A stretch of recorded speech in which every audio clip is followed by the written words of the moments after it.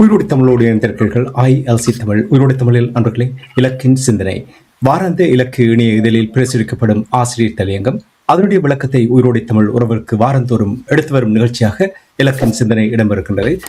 இந்த நிகழ்ச்சியில் எங்களோடு தமிழ் அறிஞர் மூத்தாய்வாளர் ஃபட்டிமாட் மாஸ்டர் அவர்கள், பொறியியல் ஆய்வாளர் அரசு அவர்களும் இணைந்து விளக்கத்தை தரும் நிகழ்ச்சியாக இந்த நிகழ்ச்சி இடம்பெறுகிறது. இங்கே கலையத்தில் இருவரும் இணைந்திருக்கின்றார்கள். வணக்கம் மாஸ்டர் அவர்களே. வணக்கம் தனாஞானி. வணக்கம் அரசு. வணக்கம் அரசு அவர்களே. வணக்கம் தனாஞானி. வணக்கம் மாஸ்டர். இருவருக்கும் வணக்கத்தை தெரிவித்துக் கொண்டு, மாஸ்டர், இன்றைய இலக்கின் சிந்தனையின் ஆசிரியர் தலையங்கம் என்ன என்று கூறுங்கள். இன்றைய இலக்கின் ஆசிரியர் தலையங்கம் சமகாலத்துக்கான அரசியல் கோட்பாடு அமைவதை பற்றி சிந்திக்க அழைக்கிறது. பொதுவாக கொள்கை இருக்கும், கொள்கையின் அடிப்படையிலே செயற்படுவார்கள். இந்த கொள்கை நடைமுறைக்கு வருகின்ற பொழுது அதன் பின்னணியில் கோட்பாடு உருவாகும். இப்பொழுது ஈழம் முதல் லெபனான், ஈரான் வரை என்ன கோட்பாடு உருவாக்கப்பட்டிருக்கிறதுன்னு சொன்னால், இறைமையை ஒடுக்க போரும் ராஜதந்திரமே என்பது நிலைத்தப்பட்டிருக்கிறது. இன்றைக்கு அரசியல் விஞ்ஞானத்தில் ஆய்வு செய்பவர்கள் கூட போரை ஒரு நாட்டினுடைய பொருளாதாரத்தை, ஒரு நாட்டினுடைய சட்டத்தை, ஒழுங்கை உறுதிப்படுத்துவதற்கான அத்தியாவசிய கருவியாக தான் சொல்கின்றார்களே தவிர, யாருமே போரினால் மக்களுக்கு ஏற்படுத்தப்படுற அழிவுகளையோ அல்லது போரினால் சிதைக்கப்படுகிற மக்களுடைய உழைப்பு, அதான் உட்கட்டுமானம் என்று சொல்வது, உட்கட்டுமானம் எல்லாமே மக்களுடைய உழைப்பு, அவர்களுடைய வியர்வையால், இரத்தத்தால் உருவாவதுதான் உட்கட்டுமானம். அந்த உட்கட்டுமானங்களை அழிப்பது என்கின்ற தன்மைதான் உலகிலே காணப்படுகின்றது. இதனை மையமாக வச்சு 50 ஆண்டுகளுக்கு முன்பு 1976 ஈழத்தமிழர்கள் அன்றைய அரசியல் தலைமைகளில் முக்கியமானவராக விளங்கிய தமிழரசு கட்சியின் அக்கால தலைவரும் முன்னாள் காங்கிரஸ் பாராளுமன்ற உறுப்பினருமான சாமுவேல் ஜேம்ஸ் வேலுப்பிள்ளை செல்வநாயகம் அவர்களின் காங்கிரஸ் துறை முதல் யாழ்ப்பாணம் வரையிலான இறுதி ஊர்வலத்தில் யாழ்ப்பாண தொகுதியின் பாராளுமன்ற உறுப்பினராக 1977 பின்னர் தெரிவான வெற்றிவேலு ஜோகேஸ்வரர் அவர்களுடன் நடந்து வந்து கொண்ட வேளை அவர் எனக்கு கூறினார், இனி யாழ்ப்பாணம் லெபனான் தான் என்று. ஏன் அவ்வாறு கூறுகின்றீர்கள் என விளக்கம் கேட்ட பொழுது, இஸ்ரேலுடைய நோக்கும் போக்கும் லெபனானின் நிலைமையுள்ள நிலப்பரப்பை படிப்படியான போரின் மூலம் தனதாக ஆக்கிரமிப்பதே ஆகும். இதே வேளையை தந்த செல்வாயின் மறைவு சிங்களவர்கள் ஈழத்தமிழர்கள் தாயகத்தை மேலும் மேலும் ஆக்கிரமிப்பதற்கான ஈழத்தமிழர்கள் மேலான மக்கள் மேலான போரினை அனைத்துலக சட்டங்களை மீறி நடத்துவதை ஊக்குவிக்கப் போகின்றது என்று கூறினார். ஈழத்தமிழர்களின் கடந்த 50 ஆண்டு கால வரலாற்றை நோக்குவர்கள் எவருக்கும் ஜோகேஸ்வரன் அவர்களின் அரசியல் எதிர்ப்பு கூறல் எவ்வளவு தூரம் நடைமுறையில் உண்மையானது என்று தெளிவாக விளங்கும். இன்று அமெரிக்கா, ஈரானுடைய சீனாவின் தூண்டுதலுடன் கூடிய பாகிஸ்தானின் ராஜதந்திரம் 14 நாள் யுத்தத்தை தற்காலிகமாக ஏற்படுத்திய போதிலும் இந்த போர் நிறுத்த உடன்பாட்டில் லெபனான் அடங்கவில்லை என இஸ்ரேலிய பிரதமர் நெத்தன்யாஹு லெபனான் மேல் மூர்க்கத்தனமான குண்டுவீச்சுகள், இணைவீச்சுகள் நடத்தி 350க்கும் மேற்பட்ட லெபனியர்களையும் பல லெபனிய வள நகரங்களையும் மக்களின் செத்தவியர்வின் உழைப்பில் உருவான மாடிக்கட்டடங்களையும், வீடுகள், தொழிற்சை கட்டிடங்கள் மேல் நெருப்பை அள்ளி வீசி லெபனானையே எரித்துக் கொண்டிருக்கின்றார்கள். பேரளவில் லெபனான் இஸ்ரேலுடன் நேரடியாக பேச வேண்டும் என்று எவ்வாறு 2009 ஈழத்தமிழர்களின் டிஃபெக்டோ என ஆங்கிலத்தில் சுட்டப்படும் நடைமுறையாக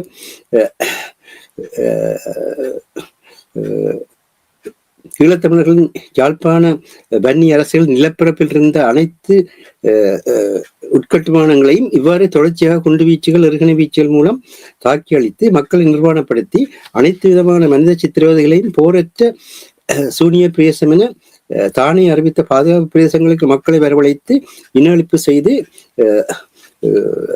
1,46,000 ஈழத்தமிழர்களை தேசமாகவே இனப்படுகொலைக்கு உள்ளாக்கி ஈழத்தமிழ் நிலத்தை ஆக்கிரமித்துக் கொண்டு அவர்களுக்கான ஜனநாயக அரசாங்கம் என ஸ்ரீலங்கா அரசாங்கம் கடந்த 17 ஆண்டுகளாக ஈழத்தமிழரின் தேசிய பிரச்சனைக்கு எந்த ஒரு நடைமுறை தீர்வையுமோ அல்லது ஸ்ரீலங்காவின் மக்கள் மேலான யுத்தத்தால் பாதிக்கப்பட்ட மக்களுக்கோ அல்லது ஸ்ரீலங்காவுடன் உத்தியோகபூர்வமாக சரணடைந்தவர்களுக்கோ அல்லது ஸ்ரீலங்காவில் வலிந்து காணாமலாக்கப்பட்டவர்களுக்கோ எந்த ஒரு பரிகார நீதியோ அல்லது அந்த அனைத்துலக சட்டங்களுக்கு எதிரான குற்றங்கள் இழைத்தவர்களுக்கு தண்டனை நீதியையோ வழங்காது தனது ஸ்ரீலங்கா பாராளுமன்ற கொடுங்கோன்மையாட்சி அந்த இன அழிப்பை செய்தவர்களையே அமைச்சுக்களின் தீர்மானம் எடுக்கும் அதிகாரிகளாக நியமித்து ஈழத்தமிழர்களின் நிலைமையையும் தேசியத்தையும் தன்னாட்சி உரிமையை ஒடுக்கி அதனை ஸ்ரீலங்காவின் பாதுகாப்புக்கும் தேசிய ஒருமைப்பாட்டுக்குமான தேசிய பாதுகாப்பு செயற்பாடாக அறிவித்து 1979 முதலான பயங்கரவாத தடை சட்டத்தை பயங்கரவாத எதிர்ப்பு சட்டம் என புதிய விளக்கம் அளித்து நிகழ்நிலை சட்டங்களை கொண்டு வந்து ஊடக சுதந்திரத்தையும் மக்களின் ஜனநாயக ரீதியான எதிர்ப்பு தெரிவிக்கும் உரிமைகளையும் பறித்து இதுதான் தேசிய மக்கள் சக்தி அரசினது மாற்றத்துக்குரிய ஆட்சியின் உலகுக்கு வெளிப்படுத்தி வருகிறது. இந்நிலையில் ஸ்ரீலங்கா அவசரகால சட்டத்தை அமெரிக்கா இஸ்ரேல் ஈரான் போரை சாட்டாக வைத்து நீடிப்பது என்பது ஈழத்தமிழின் அத்தியாவசிய தேவைகளை அவர்களை தங்களின் குடிகளாக கூறும் ஸ்ரீலங்கா அரசாங்கம் நிறைவேற்றாது விடுவதை ஏற்றுக்கொள்ள இயலாதென அம்பாறை மாவட்ட தமிழரசு கட்சியின் பாராளுமன்ற உறுப்பினர் ரவீந்திரன் கோடீஸ்வரன் ஸ்ரீலங்கா பாராளுமன்றத்தில் அறிவித்துள்ளமை எவ்வளவு தூரத்துக்கு தேசிய மக்கள் சக்தி அரசிலும் ஈழத்தமிழர்கள் பாதிப்படைகிறார்கள் என்ற சமகால குரலாக உலகெங்கும் புலம்பெயர்ந்து வாழும் ஈழத்தமிழர்களால் பிரச்சினை உலகமயமாக்கப்பட வேண்டிய அவசியத்தை உணர்த்துகிறது என்பது இலக்கின் கருத்தாக அமைகிறது. ஏனெனில் தேசிய மக்கள் சக்திக்கு உள்ள 3/2 பெரும்பான்மையுடன் மற்றிய சிங்கள கட்சிகளும் அவசர சட்டத்துக்கு ஆதரவாக வாக்களித்ததால் 137க்கு 27 வாக்குகள் பதியப்பட்டு 110 மேலதிக வாக்குகள் அவசர சட்டம் நீடிக்கப்பட்டிருக்கின்றது. இவ்வாறு ஈழத்தமிழர்கள் நாட்டின் சட்டவாக்கத்தில் பங்கேற்க இயலாத இந்த சிங்கள பெரும்பான்மை ஒற்றையாட்சி பாராளுமன்ற முறைமை மாற்றப்படாத வரை ஈழத்தமிழர்கள் சட்ட ரீதியாகவே இறமை ஒடுக்கம் தேசிய ஒடுக்கம் அடையும் நிலை தொடர்ந்து கொண்டே இருக்கும் என்பதால் ஈழத்தமிழர் நீதிக்கான குரலாக உலகில் பதிந்து வாழும் ஈழத்தமிழர்கள் செயற்பட்டே ஆக வேண்டும். இதற்கான அமைப்பினை புலம்பெயர்ந்து வாழும் ஈழத்தமிழர்கள் தங்கள் சட்டத்தின விற்பனர்களின் சமூகத்தையும் இளையவர்களையும் உள்ளடக்கி உருவாக்க வேண்டும் என்பது இலக்கின் வேண்டுகோளாக இருக்கின்றது. இவ்வாறு இறமையொடுக்க போரை ராஜதந்திரமாக நேற்று ஈழத்தமிழர்கள் மேல் ஸ்ரீலங்கா பயன்படுத்திய பொழுது உலகம் மௌனமாக இருந்தமை இன்று லெபனானில், ஈரானில், நேற்று பலஸ்தீனத்தில் பல ஆண்டுகளாக உக்ரைனில் என இறமையொடுக்க போரும் ராஜதந்திரம் முன்னெடுக்கப்படும் வரலாறாக தொடர்ந்து கொண்டிருப்பதற்கான மூல காரணமாகிறது என்பதை உலக மக்களுக்கு புலம்பெயர்ந்து வாழும் ஈழத்தமிழர்கள் தெளிவுபடுத்த வேண்டிய காலகட்டம் இது என்பதை இலக்கு எடுத்துரைக்க விரும்புகிறது. ட்ரம்பின் தலைமையிலான 2வது ஆட்சி காலம் அமெரிக்காவில் ஆரம்பமானது முதல் அமெரிக்கா உலகின் எரிபொருள் வளத்தை தனதாக்க போரினிய ராஜேந்திரமாக முன்னெடுத்து வருவது ஈழம் முதல் இஸ்ரேல் வரையான உலக ஆக்கிரமிப்பு அரசுகளுக்கு ஊக்க சக்தி அளித்து வருகிறது. ஸ்ரீலங்கா முதல் இஸ்ரேல் வரை தமது அயலில் வாழும் மக்களின் எல்லைகளை தமதாக்கி தங்களின் ஆட்சி பிறப்பை அகலப்படுத்தல் என்பது அனைத்துலக சட்டங்கள் தடுக்கப்படாத தொடர்கதையாக நீண்டு கொண்டே இருக்கின்றது. ஈழத்தமிழர்களுக்கான அனைத்துலக சட்டங்கள் வழியான நீதி வழங்கப்படாத வரை உலகின் மற்ற நாடுகளிலும் போரை இரவு ஒடுக்கத்துக்கான ராஜேந்திரமாக பயன்படுத்துதல் தொடர்ந்து கொண்டே இருக்கும் என்பது இலக்கின் கருத்தாக உள்ளது. பிரித்தானியாவின் கிரீன் கட்சி எனப்படும் பசுமை கட்சியின் தலைவர் ஷக் பொலன்சி அவர்கள் பிரித்தானிய அரசாங்கம் இஸ்ரேல் மேல் எந்த ஒரு வர்த்தக கட்டுப்பாட்டையோ மேற்கொள்ளாது இஸ்ரேல் ராஜதந்திரத்திற்கான சிறப்பு உரிமைகளை அனுமதிக்கும் கட்டுப்பாடற்ற நிலையை மாற்றி இஸ்ரேல் உடனான வர்த்தக உடன்பாடுகளை மீளப்பெறுமாறு வேண்டுகோள் விடுத்திருக்கின்றார்.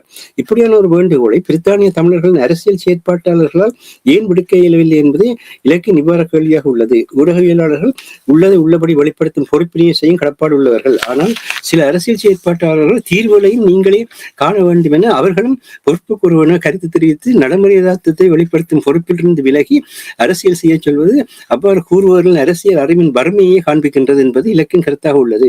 அரசியல் செயற்பாட்டாளர்கள் இணைந்து உங்களுக்கான ராஜதந்திர கவுன்சில் ஒன்றை ராஜதந்திரத்தில் அனுபவம் உள்ள சமூகத்தினரை கொண்டு கட்டியெழுப்பி அதற்கு அமைய செய்யப்படுவது ஒன்று போரை ராஜதந்திரமாக பயன்படுத்தும் இன்றைய உலகில் ஈழத்தமிழர்கள் தங்களின் இறமையையும் தேசியத்தையும் தக்க வைக்க ஒரே வழி என்பதே இலக்கின் ஆணித்தரமான கருத்தாக உள்ளது. நன்றி மாஸ்டர், உங்களுடைய அந்த கருத்துக்கு நன்றி.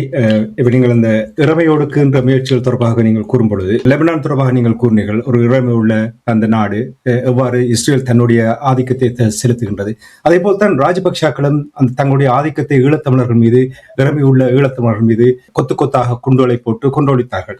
இதை ஒப்பிட்டு சர்வதேச மட்டத்தில் காட்டுவதற்கு என்ன வழிமுறைகள் இருக்கின்றன என்று கூற முடியுமா? அனைத்துலக மட்டத்துக்கு போவதற்கு முதல் ஈரான் மக்கள் ஈரான் தங்களுடைய நாடு என்பதை பார்த்திருப்பீர்கள். ஒரு மனித நாகரிகத்தை அழித்திடுவேன் சொல்லி பைத்தியாரத்தனமாக நாகரிகமற்ற முறையில் ட்ரம்ப் பேசிய பொழுது ஆண்களாக இருந்தாலும் பெண்களாக இருந்தாலும் சரி, குழந்தைகளாக இருந்தாலும் கூட அவர் எல்லாருமே தெருவில் இறங்கி ஈரானின் கொடியுடன் நின்றதை பார்த்திருப்பீர்கள். அது உலகத்துக்கு மிக தெளிவாக கூறியது மக்கள் இந்த நாடு தங்கள் நாடு என்று கூறுகின்றார்கள் என்பது. ஆளுகின்ற அரசாங்கம் கூறுவதல்ல, அல்லது ஒரு கட்சி கூறுவதல்ல, அல்லது ஒரு அமைப்பு கூறுவதல்ல. மக்கள் இது எங்களுடைய சொந்த மண் என்று சொல்வதுதான் இறமை. அந்த பின்னணி திறமை கட்டமைக்கப்படும். அதே மாதிரியாக வந்து நீங்கள் லெபனானை பார்த்தீர்களா இருந்தால் லெபனான் இவ்வளவு அழிவுகளுக்கு மத்தியிலும் அங்கு வந்து லெபனானிலும் சரி ஈரானிலும் சரி அங்கும் பல முரண்பாடுள்ள அரசியல் கட்சிகள் இருக்கின்றன, இல்லைன்னு கூறவில்லை. ஆனால் அவர்கள் யாருமே இந்த நேரத்தில் தங்களுக்கு இருக்கின்ற முரண்பாடுகளை பெரிதுபடுத்தி ஒரு வரி கூட பேசவில்லை. மிகப்பெரிய அழிவை சந்திச்சு கொண்டிருக்கின்ற நேரம், அப்படியான நேரத்திலும் கூட அவர் உறுதியோடு நிற்பதற்கு பேர் நிலைமை. ஆனால் எங்கள் நாட்டில் என்ன நடக்குது? ஒரு அரசியல் செயற்பாட்டாளர் கூட இந்த மண் எங்களின் சொந்த மண் என்கின்ற வரலாற்று தன்மை தங்களுடைய வாயால் இப்பொழுது கூறுவதற்கு ஆயத்தம் இல்லை. அப்படி அவர்கள் கூற முடியாத நிலையில் இளைய சமுதாயத்துக்கு இந்த மண் எங்களின் சொந்த மண் என்ற அந்த நினைப்பே மறக்கப்படுகிறது. அதால வந்து இளைய சமுதாயத்தினர் வந்து ஏதோ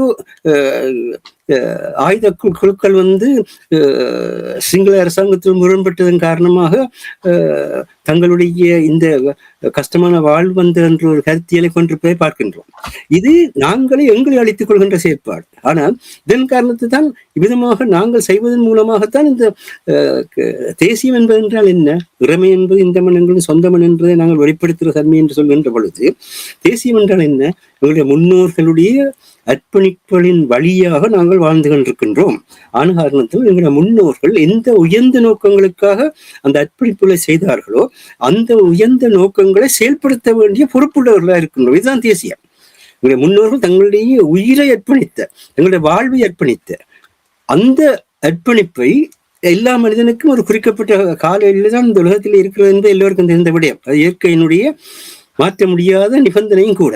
அப்படியான ஒரு சூழலில் ஒரு உயர்ந்த கொள்கையை, ஒரு உயர்ந்த லட்சியத்தை நாங்கள் தொடர்ந்து எடுத்துக்கொண்டு போவதற்கான அந்த மன உறுதிக்கு பேரான் தேசியம். ஆனால் எங்களுக்கு தெரியும் 1976 வட்டுக்கோட்டை தீர்மானத்தில் வந்து ஈழத்தமிழருடைய முடிந்த முடிவு என்பது பாதுகாப்பான அமைதியான வாழ்வுக்கும் வளர்ச்சிக்கும் தன்னாட்சி உரிமையை பயன்படுத்தி தங்களுக்கான அரசியல் எதிர்காலத்தை அமைத்துக் கொள்வது என்பது. அவர் தங்களுக்கான அரசியல் எதிர்காலத்தை அமைத்துக் கொள்வதற்காக அந்த நேரத்திலே 77 அதனை குடியேற்றமாக மாற்றி அதில் வெற்றியும் பெற்று அந்த குடியேற்றத்துக்கான அந்த தேர்தல் அறிக்கையிலே மிக தெளிவாக கூறியிருந்தார்கள். இதனை சிங்கள அரசாங்கம் ஜனநாயக ரீதியாக ஏற்றுக்கொள்ளாவிட்டால் நாங்கள் எந்த வழியிலும் அதனை அடைவோம் என்று கூறியிருந்தார்கள். அந்த எந்த வழியிலும் நாங்கள் அடைவோம் என்று கூறியதுதான் மக்களுடைய உயிரையும் உரிமைகளையும் நாளாந்த வாழ்வையும் சிங்கள அரசாங்கம் படைபலம் கொண்டு ஆக்கிரமித்து இனங்காணக்கூடிய அச்சத்தை ஏற்படுத்திய பொழுது தமிழர்கள் தங்களுக்கான 31 ஆண்டு கால நடைமுறை அரசை உருவாக்குவதற்கு அனைத்துலக சட்ட பலமாக இருந்தது. அந்த பின்னணியிலே அந்த 77 தேர்தலின் பொழுது என்ன கூறப்பட்டதுன்னு சொன்னால், அது என்ன, ஒரு வீட்டு வாசல் ஒரு பாட்டு போடுவார்கள், எங்கள் வெற்றியை நாளைய சரித்திரம் சொல்லும் என்று. இப்பயும் அது காதுக்குள் ஒழித்துக் கொண்டிருக்கிறது. ஒரு வீட்டு வாசல்லும் பெரிய அந்த காலத்துல பெரிய நீட்டு ஸ்பீக்கர்ஸ் கட்டி எல்லாம் செய்கிறது, அதையும் கட்டி கொண்டு வந்து எங்கள் வெற்றியை நாளைய சரித்திரம் சொல்லும். அப்ப அந்த நாளைய சரித்திரம் எப்படி சொல்லும் என்ற கேள்விக்கு அவர்கள் என்ன பதில் சொன்னார்கள் என்றால், நாங்கள் அப்பொழுது ஸ்ரீலங்கா பாராளுமன்றம் என்று இருக்கவில்லை, ஸ்ரீலங்கா தேசிய சபை என்றுதான் இருந்தது. ஸ்ரீலங்கா தேசிய சபைக்கு தேர்ந்தெடுக்கப்படுபவர்கள் அந்த தேசிய சபைக்கு செல்லாது நாங்கள் வெளிவந்து தமிழகத்துக்கான அரசியலமைப்பு உருவாக்கி ஈழத்தமிழர்களுடைய தேசிய சபையை உருவாக்குவோம் என்று கூறியிருந்தார்கள். நடந்ததா? அதை நீங்க செய்தீர்களா? நீங்கள் மக்களிடத்திலே போய் நீங்கள் சொன்னதை அன்று முதல் இன்று வரை எந்த அரசியல் கட்சிகளாவது எந்த நிலையில் எப்படி செய்திருக்கின்றீர்கள்? உள்நாட்டில் செய்தீர்களா, வெளிநாட்டில் செய்தீர்களா, எங்கு செய்தீர்கள்? இதை நாங்கள் சிந்திக்கின்ற பொழுதுதான் சரியா இந்த மக்கள் தங்களுக்கான தன்னாட்சியை, தங்களுக்கான தேசியத்தை, தங்களுக்கான இறைமையை நிலைநிறுத்துகின்ற பொழுது அந்த உறுதியைத்தான் உலகம் கண்டு அஞ்சுகிறதே தவிர எந்த ஒரு ஆயுத பயமுறுத்துவதற்கும் அஞ்சாது என்பதைத்தான் ஈரான், அமெரிக்க, பாகிஸ்தான் பேச்சுவார்த்தை காட்டுகின்றது. இங்கும் கூட நாங்கள் மிக கவனமாக அதனை அணுக வேண்டும் என்னென்றால், பாகிஸ்தானில் அமெரிக்கா வந்து தெற்காசியாவுக்கான மிகப்பெரிய எண்ணெய் சுத்திகரிப்பு நிலையத்தை நிறுவி அது மிக பிரமாண்டமான முதலீட்டுடன் உட்படுகிறார்கள். அப்படி நிறுவுவதன் மூலம் அங்கிருந்து எண்ணெயை சுத்திகரிப்பு செய்து அதற்கான வகையிலே இந்த இப்பொழுது இருக்கின்ற இந்த எண்ணெய் குழாய்கள் வழியாக வருகின்ற முறைமைகளை மாற்றி புதிய வழிகளை உருவாக்கி தங்களுடைய கட்டுப்பாட்டில் உலக எண்ணெய் வளங்களை கொண்டு வருவதற்கான திட்டத்தை தீட்டிக் கொண்டிருந்தவர்கள். அந்த நேரத்திலே அந்த திட்டம் பாகிஸ்தானுக்கு மிக முக்கியமானதாக இருக்கிறது, அமெரிக்காவுக்கு மிக முக்கியமானதாக இருக்கிறது. ஆன காரணத்தினால் தான் பாகிஸ்தான் சொன்னவுடன் அமெரிக்கா கேட்கிறது, வேறொரு காரணத்துக்கு கேட்கவில்லை. அடுத்த இன்னொன்று என்ன சொன்னால், பாகிஸ்தானிடம் அணுக்கொண்டிருக்கின்றது. அதே நேரத்திலே சீனாவும் இந்த விடயத்திலே நேரடியாக இல்லாவிட்டாலும் கூட மறைமுகமாக பாகிஸ்தானுக்கு கூடாக தாங்களும் இந்த பாகிஸ்தானிய முயற்சிக்கு ஆதரவு என்று உறுதிப்படுத்தி இருக்கின்றார். இதெல்லாம் எதை காட்டுகிறது? சும்மா போய் ஹலோ ஹவாயு என்று சொல்லி போட்டு அதுல இருந்து ஒரு சாம்பியன் போத்துல உடைச்சு எல்லாருமே சேர்ந்து குடிச்சு போட்டு வர்றதுல நடக்காது. அப்படி நடப்பதும் இல்லை உலகத்துல. அது சொல்லி போட்டவன்னு சொன்னால் அந்த உண்மையை நாங்கள் சொல்வதற்காக ஒரு ஊடகவியலாளருடைய உண்மை உள்ளதை உள்ளபடி எடுத்து வைப்பார். அதை உள்ளதை எடுத்திருக்கீங்களா நாங்கள் யாரையுமே பேர் கூட குறிப்பிட்டது இல்லை. யார் யாரெல்லாம் அதை செய்கின்றார்களோ அவர்களெல்லாம் சொல்லி குறிக்கிறார்கள். அவர்களுக்கு தங்களுடைய மனச்சாட்சியினுடைய அந்த அந்த விழிப்பை தாங்க முடியாத நிலையில் ஊடகவியலாளர் மேல் பாய்கின்ற ஒரு தன்மையை காட்டுகின்றார்கள். இதுதான் நடந்து கொண்டிருக்கின்றது. ஆனால் இன்றைக்கு இந்த உலக உதாரணங்களை பார்க்கின்ற பொழுது இனியாவது நீங்கள் எதை செய்ய வேண்டும் என்று உணர்ந்து கொள்ளுங்கள். அதாவது எந்த ஒரு இடத்திலும் சாதாரண மனித உறவிலும் கூட ஒரு மனிதனுக்கு அவனுடைய தேவையை திருப்திப்படுத்துகிற நிலையில் இன்னொரு மனிதனுடைய தேவை வருகின்ற பொழுதுதான் நட்பு தோன்றும். சாதாரண நிலையிலும் கூட எத்தனையோ மனிதர்கள் போய்கொண்டிருக்கின்றார்கள் தெருவில். அவர்களும் மனிதர்கள் தான், நாங்கள் அவர்கள் மனிதர்கள் தான் சொல்லணும். அவர்களுக்கு அவங்களுக்கு நட்பு இருக்கிறதா? இல்லை. ஆனால் ஏதாவது ஒரு காரணத்தினால எங்களுக்கும் அவர்களுக்கும் இடையில் ஏதாவது ஒரு சிறு தொடர்பு ஏற்படுமாக இருந்தால் அந்த தொடர்பு இருவருக்குமான ஒரு மன திருப்தியை கொடுப்பதாக இருந்தால் நட்பு தோன்றும். இதுதான் நட்புக்கான அடிப்படை. ஆனால் நாங்கள் எங்களுடைய நாட்டினுடைய வளங்களை பற்றி எதுவுமே பேசியதில்லை. எங்களுடைய மக்களுடைய மூலதனத்தை பற்றி எதுவுமே கூறியதில்லை. எங்களுடைய மக்களுடைய இயற்கையில இருக்கிற மூல வளத்தை பற்றி எதுவுமே கூறியதில்லை. ஆனா உலகம் முழுக்க இது மூன்றையும் தான் எதிர்பார்த்து கொண்டிருக்கின்றது. இயற்கை வளம், மனித வளம், மூலதனம். இந்த மூன்றெல்லாம் தான் இந்த அரசாங்கம் நடக்கும். இது எங்கள்கிட்ட நிறைய இருக்குது. அது உலகளாவிய நிலையிலே என்று தமிழர்கள் உலக இனமாக ஈழத்தமிழர்கள் மாறி இருக்கின்ற ஒரு சூழலிலே இந்த மூன்றும் மிக அதிக அளவில் கூட இருக்கின்றது. வள்ளுவர் தேசத்தை பற்றி கூறுகின்ற பொழுது ஒரு இடத்திலும் எல்லை கூறவில்லை. அவர் தெளிவாக கூறினார். தக்காரும், அதாவது தகுந்த முறையில் செயல்படக்கூடியவர்கள், தக்காரும் தல்லா விளையலும், அது அவர்களால தல்லா விளையல் குறைச்சல் இல்லாத உற்பத்தி செய்யப்பட்டு கொண்டிருக்கவரும், தல்லா விளையலும் தாளாது உயர்த்துபவரும், இதற்காக இடைவிடாது உழைப்பவரும் இருப்பதுதான் நாடு என்று சொன்னார். இங்க இல்லை எல்லையற்றது நாடு. இப்ப நாங்கள் தேசம் கடந்த மக்கள்னு சொல்லி சிவத்தம்பி அவர்கள் மிக அழகாக வழங்கப்படுத்துவார். அதாவது தேச எல்லைக்குள் தேசம் என்பது ஒரு மக்களுடைய அறிவியல் ஒளியை, தேசம் என்பது ஒளியை குறிக்கிற சொல்லி வடமொழியிலே, அந்த வகையிலே தேசம் என்பது மக்களுடைய அறிவியல் ஒளி தரவுற இடம் அவர்களுக்கான தேசமாக இருக்கும். அந்த அறிவியல் ஒளியை பயன்படுத்தி அந்த நிலத்தை அல்லது கடலை நீங்கள் உற்பத்திக்குள் கொண்டு வருகின்ற பொழுது அவர்கள் தேசமாக மாறுவார்கள். அது அவர்களுக்கான எல்லையாக வரும். அவர்களுக்கான எல்லையாக வருவதற்கு காரணமாக இருப்பது அவர்கள் தங்களுடைய உழைப்பை அந்த மண்ணிலே தங்களுடைய அறிவுடன் நினைத்து பயன்படுத்துகின்ற பொழுது வருவதுதான் அது. ஆனால் எங்களிடத்திலே அறிவு இருக்கின்றது, உழைப்பு இருக்கின்றது. அந்த அறிவையும் உழைப்பையும் இணைக்க வேணும் என்ற அந்த எண்ணம் அடியோடு இல்லை. அந்த அறிவையும் உழைப்பையும் உழைப்பதற்கு தற்காலத்திலே நாங்கள் நிச்சயமாக தொழில்நுட்பத்தை பாவிக்க வேண்டிய தவிர்க்க முடியாத நிலையில் இருக்கிறோம். ஏனென்றால் மூலப்பலத்தை குறைப்பதற்கென்று அறிமுகம் செய்யப்பட்ட இந்த கணினி துறையினுடையும் இலத்திரனியல் துறை உடல் பலத்தை குறைப்பதற்கு அறிமுகம் செய்யப்பட்டது. இந்த 2 துறைகளும் இன்று மனிதனை விடுத்து அந்த நுண்ணறிவை தீர்மானம் எடுக்கிற நிலைக்கு மனிதனால் தள்ளப்பட்டிருக்கின்றது. எப்படியான நிலையில் இந்த காலத்தினுடைய மாற்றத்தை நாங்கள் சிந்திக்க வேண்டும் என்று யாருமே பழைய விதத்தில் நாங்கள் எந்த ஒரு சிந்தனையும் முன்னெடுத்த வாழ முடியாது. இந்த அமெரிக்காட்டு எனக்கு அனுப்புண்டிருக்கு. அது அமெரிக்காவுக்கு பாடுபடுறது எல்லாருக்கும் தெரியும். அதே நேரத்தில் அமெரிக்காவோட பாரம்பரியமான நீண்ட அந்த நாகரிகத்தையே அழிக்கிற செயலெல்லாம் செய்து அமெரிக்க நாட்டுக்கு மேலேயே கரியை பூசி கொண்டிருக்கின்றார்கள். அதே மாதிரி ஈரானுக்கு ஈழத்தமிழர்கள் லெபனானுக்கு பலஸ்தீனத்துக்கு ஈழத்தமிழர்கள் எந்த அளவு தூரத்துக்கு ஆதரவு கூட்டங்கள் நடத்தி இருக்கின்றார்கள், எந்த அளவு தூரத்துக்கு அவர்கள் தங்களுடைய ஊடகங்கள் அதற்கான ஆதரவை வெளிப்படுத்தி இருக்கின்றார்கள். ஏனென்று சொன்னால் அங்கு நடந்து கொண்டிருக்கிற விடயத்துக்கு நீங்கள் எந்த அளவுக்கு மனிதாய அடிப்படையிலே உங்களுடைய ஆதரவை வெளிப்படுத்துகின்றோ அந்த அடிப்படையில் தான் உங்களுக்கான உலக இணைப்பு ஏற்படும். இந்த மனிதனை மனிதன் நேசிக்கின்ற பொழுதுதான் மனிதம் வளர்ச்சியடைவதற்கென்று அடுத்த மனிதர் இணைவார்கள் என்பதை மறந்து விடாதீர்கள். அதை விடுத்து இருக்கிற அரசியல் தலைவர்களுடைய காலை கழிவினால் எங்களுக்கு அதிலிருந்து வழிந்து வருகின்ற தண்ணி நாங்கள் குடிக்கிற சாம்பியனாகவோ இல்லை நாங்கள் குடிக்கின்ற ஜின்னாகவோ பீராகவோ மாறலாம், அவ்வளவுதான். அதுக்கு அங்கால அது உதவி செய்யாது. காரணத்தினால்தான் நாங்கள் சொல்லுவது தெளிவாக தான் சொல்கின்றோம், யாரையும் குறை சொல்லவில்லை என்றால் நீங்களும் கஷ்டப்பட்டுத்தான் இதில் நீங்கள் செயலாற்றில் எங்களுக்கு தெரியும். உங்களுடைய அறியாமையால் நீங்கள் உங்களுடைய பலத்தை இழந்து கொண்டிருக்கின்றீர்கள். இங்கு இந்த முயற்சியில் ஈடுபட்டிருப்பவரெல்லாம் தேசிய விடுதலை போராட்ட நேரத்திலே மிக பலம் புரிஞ்ச சக்திகளாக இருந்தனீர்கள் என்பது உங்களுக்கு தெரியும். நாங்கள் அதை மறுக்கவில்லை. ஆனால் அது தேசிய தலைவருடைய அந்த கண் விழி பார்வை என்ற அச்சத்திலே நீங்கள் செயற்பட்டனீர்கள் என்பதை இப்பொழுது வெளிப்படுத்துகிறீர்கள். உங்களுடைய சொந்த சிந்தனையை செயல்படுத்த இல்லை என்பதை இப்படி நீங்களே வெளிப்படுத்துகிற நிலையாக வெளிப்படுத்திக் கொண்டிருக்கிறீர்கள். தான் அந்த துக்கமான நிலை.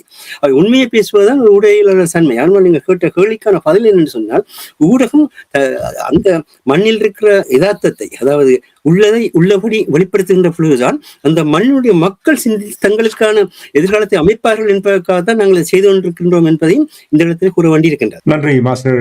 நீங்கள் கூறுவது போல் இலகுவான விடயம் இல்லை. நீங்கள் எங்களுடைய இனம் விடுதலை பெறுவதற்கு கடின உழைப்பு தேவை. எத்தனை நாங்கள் இங்கே பேசியிருக்கின்றோம். அதாவது இந்த மக்களுடைய இன விடுதலைக்காக பயணிக்கின்றோம் என்று சொன்னால் அதற்கான ஒரு திட்டத்தினூடாக செயல்பட வேண்டும். ஆனால் பொறுப்பு கூறுவதற்கு யாரும் முன் வருவதில்லை. யாரிடம் போய் பொறுப்பு கூறுவது? ஆனால் இங்கே நாங்கள் அந்த விடயங்களை எடுத்து கூறுவது ஊடகத்தினுடைய பொறுப்பு மாஸ்டர். நீங்கள் அதை சிறப்பாக இங்கே கூற வேண்டும் என்றால் யார் அரசியல் செய்கின்றார்களோ அவர்கள் பொறுப்பு கூற வேண்டும். நாங்கள் அரசியல் செய்யவில்லை, அதுமே தெளிவாக கூறுகின்றோம். இது எனக்கு ஊடகத்துறையில் 50வது ஆண்டு. இந்த 50 ஆண்டு காலத்திலும் நாங்கள் எந்த ஒரு அரசியல் கட்சிக்கும் அல்லது எந்த ஒரு அரசியல் தலைவருக்கும் கால்களுன்ற வேலை செய்ததில்லை, செய்ய போவதும் இல்லை. நாங்கள் மக்களுடைய பிரச்சனை என்னவோ அதையும் எடுத்துக் கூறுவோம். அதனால் அந்தந்த காலத்தில் மக்களுக்காக தலைமை தாங்கிய அரசியல் தலைவர்கள் எங்களை தங்களுடைய நண்பர்களாக நடத்தினார்கள் என்பதுதான் வரலாறு. உண்மை.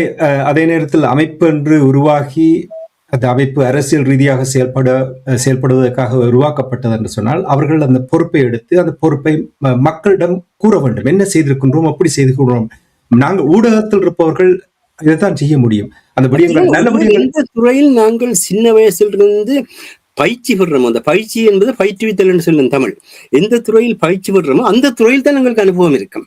நாங்கள் ஒரு துறையில் நீண்ட காலமாக இப்போ உதாரணமாக உலக பொருளாதாரத்துடன் எங்களுடைய பொருளாதாரத்தை இணைத்தல் என்ற நிலையில் நீண்ட காலத்துக்கு பயிற்சி பெற்றுவிட்டு உலகத்தினுடைய சர்வதேச அரசியலில் எங்களுடைய அரசியலை இணைக்கிற வேலைக்கு போக முடியாது. அந்த உலக பொருளாதாரத்தில் எங்களுடைய பொருளாதாரத்தை எப்படி இணைப்பு என்று செய்கின்ற பொழுதுதான் அர்த்தமுள்ளதாகும். அதே போல உலக அரசியல் துறையில் எவ்விதமாக செயற்பட வேண்டும் என்றால் யார் அரசியல் ரீதியாக அந்த அனுபவ அறிவை பெற்றார்களோ அவர்கள் செல்ல வேண்டும் என்ற வாழ்க்கை என்பது அனுபவம். இந்த அனுபவத்தினுடைய வெளிப்பாடுதான் அறிவு. இதுகளை மறந்து விடாதீர்கள். நீங்கள் இப்படி கூறும்பொழுது ஞாபகம் வருகிறது, என்னுடைய நண்பர் சொன்னார், தான் ஒரு கிராமத்துக்கு போயிருந்த பொழுது சொன்னாரோ, நீங்கள் இன்ஜினியர் இல்ல, நீங்கள் கட்டுற துறையில இன்ஜினியராக இருக்கிறீர்கள், இந்த கார்ல பிரச்சனை இருக்கு, அதற்கு திருத்தி விடுங்க என்று கேட்டது போல் தான் இருக்கின்றது. அதே நிலவை தான் நான் இங்கே பார்க்கிறேன். நன்றி மாஸ்டர். அரசு ஒன்று நாங்கள் தெளிவாக ஏற்றுக்கொள்ள வேண்டும் என்றால், உலகம் ஒரு சவால் இருந்த ஒரு காலமாக நாங்கள் இங்கே பார்க்கலாம். எந்த ஒரு கட்டுப்பாடுகளும் இனி சர்வதேச சட்டங்கள் இவையெல்லாம் மதிக்காத ஒரு நிலைமை இருக்கின்றது. உங்களுக்கு தெரிந்த ஆயுத போராட்டம் மௌனிக்கப்பட்ட பின்பு 17 ஆண்டுகளில் ஒரு சரியான வழிகாட்டல் இல்லாத ஒரு சவாலாகத்தான் ஈழத்தமிழர்கள் இருக்கின்றது.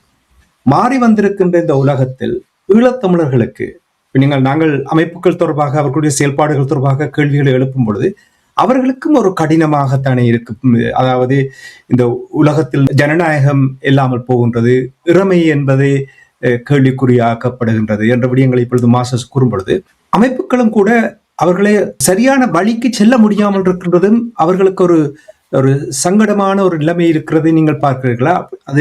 அதனால்தான் இந்த தொய்வும் பின்னடைவுக்கும் காரணம் என்று நீங்கள் நம்புகிறீர்களா?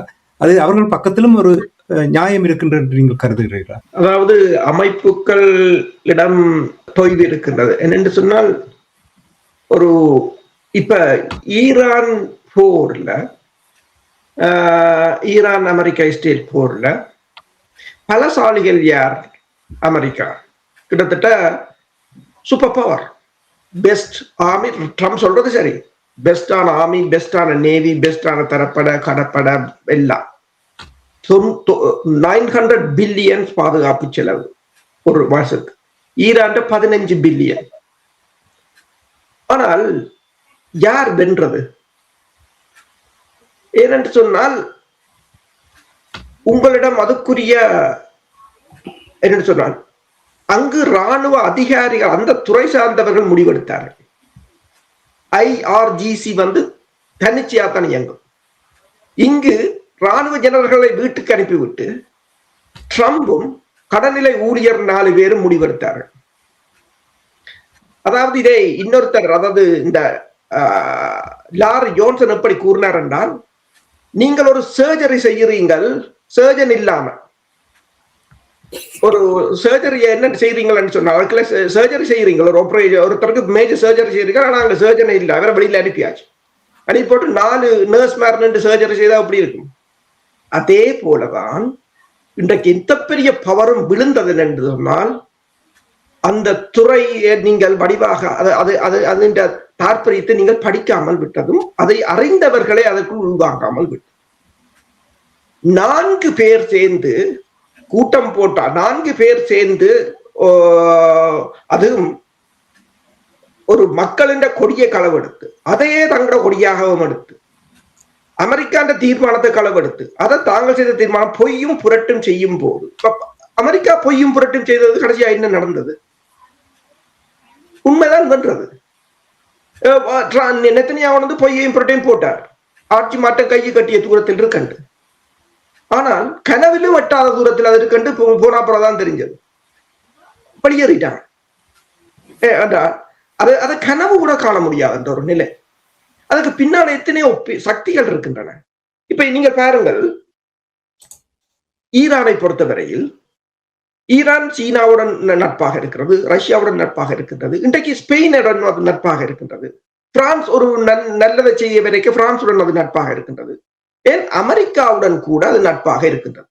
அதாவது 1979ஆம் ஆண்டுக்கு பிறகு இப்பதான் ஈரான் அமெரிக்கா, அதாவது இஸ்லாமிய புரட்சிக்கு பிறகு ஒரு உயர்மட்ட சந்திப்பை ஈரானும் அமெரிக்காவும் மேற்கொள்ற அளவுக்கு இந்த போர் அவர்களை கொண்டு வந்து விட்டிருக்கின்றது.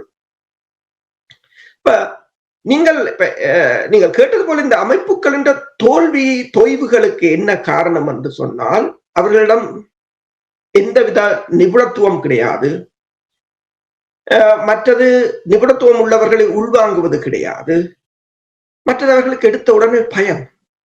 ஆக அவர்களிட ஒரே ஒரு இலட்சியம், தாங்கள் ஒரு அமைப்பை நடத்தியதாகவும் தாங்கள் விடுதலையை பெற முற்பட்டதாகவும் தங்கள் வாழ்கிற நாளில் ஒரு போலியான பிம்பத்தை உருவாக்கி தாங்களே அதை அனுபவித்து விட்டு செத்து விட வேண்டும்.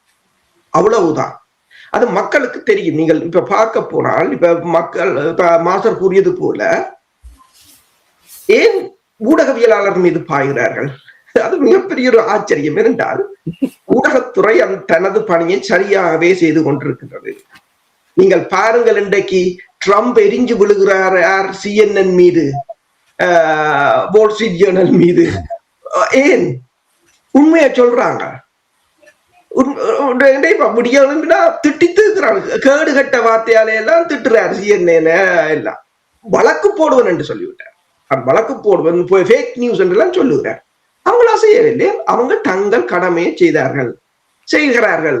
இன்றைக்கு இப்ப அவங்க செய்த கடமை, இப்ப 3 அமெரிக்கர்கள் இந்த போருக்கு எதிரண்டு இப்ப வந்திருக்கிறது. 3 அமெரிக்கர் இந்த போருக்கு வேண்டாம் என்றார்கள்.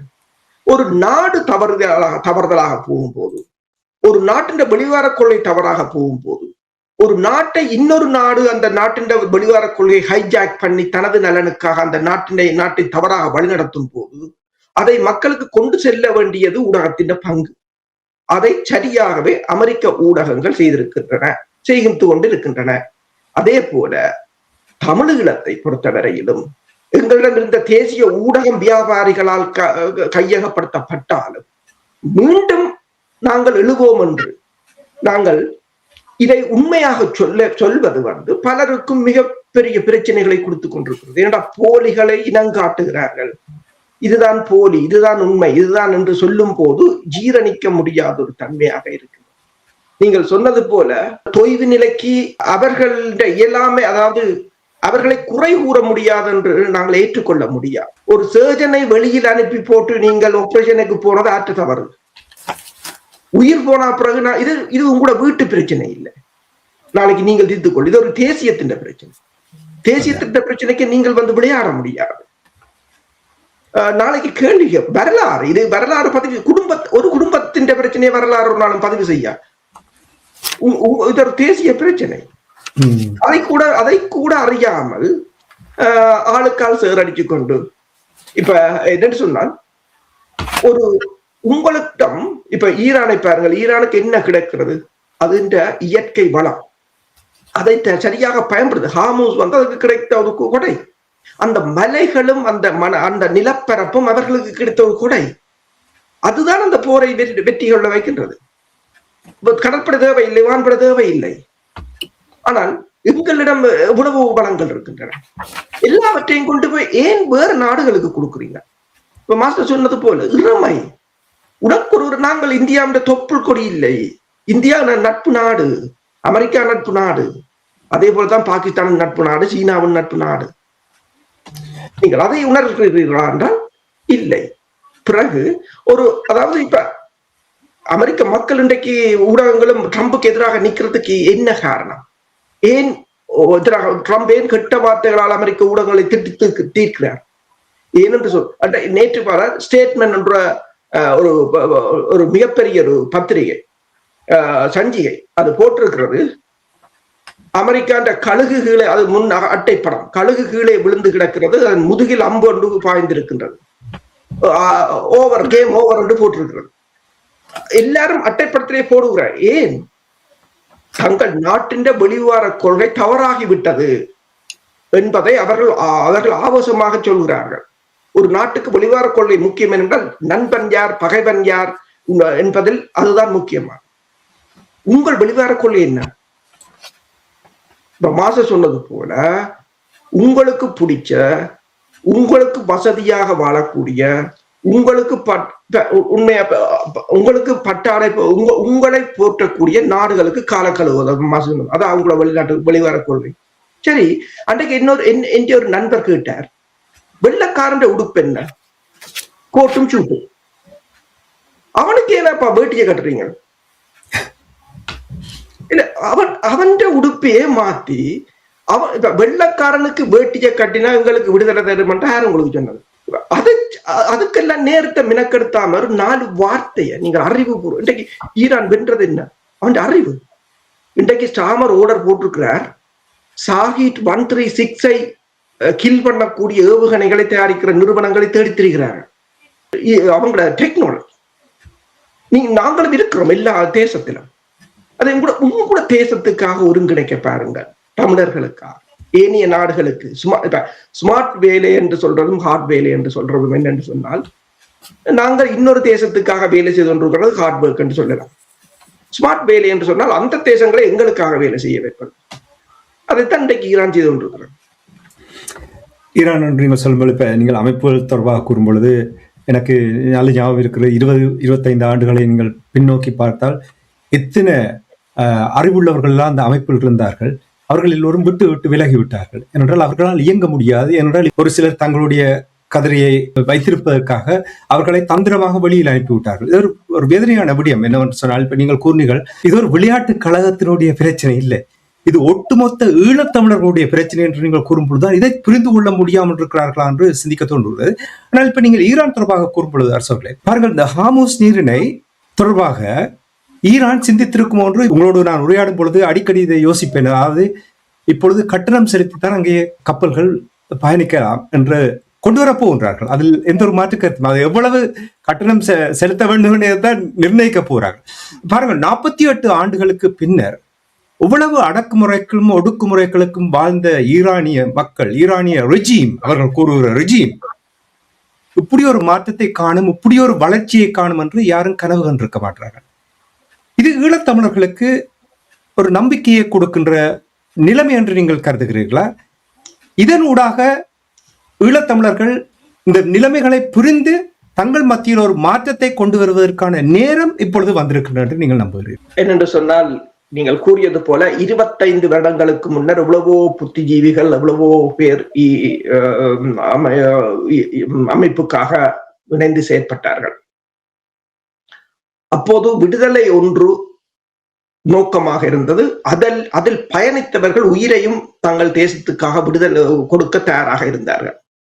அதுதான் அந்த எல்லோரையும் ஒருங்கிணைத்திருந்தது. ஈரானும் அப்படித்தான். நீங்கள் பாருங்கள், குண்டு விழுமென்று தெரிஞ்சும் குண்டு விழுந்த போதும் மில்லியன் கணக்கு மக்கள் ரோட்டில் நிற்கிறார்கள், ஓடவில்லை. யாரும் பதுங்கு குழிக்கு ஓடவில்லை, நிற்கிறார்கள். ஈரான் அரசு தலைவர் அதுக்குள் தான் நிற்கிறார். அன்றைக்கு ஒருவர் எடுத்து கேட்டார், ஆஸ்திரேலியாவில் இருந்தவர், நீங்கள் பாருங்கள் அந்த மக்கள். ஆனால் இங்கு அன்றைக்கு பார்த்தன் யாரோ ஒரு லெப்டினல் என்று, அதெல்லாம் லெப்டினல் என்றதெல்லாம் இராணுவத்தின் பதவிகள், அது போடுறதுல பிரச்சனை. லெப்டினல் என்று சொல்லி தமிழ் விடுதலை புலிகள் என்ற போராளியின் நினைவுக்கு லெப்புக்கு பக்கத்துல 4-5 டாக்டர், கேடலுக்கு பக்கத்துல 4-5 டாக்டர். அங்கால ஏன் இப்படி போறப்ப பயம், கேடல் என்று எழுதினா பயம். நீங்க உங்களை யார் எழுத சொன்னது? பயன்தான் நீ வீட்டை படுத்துறேன்.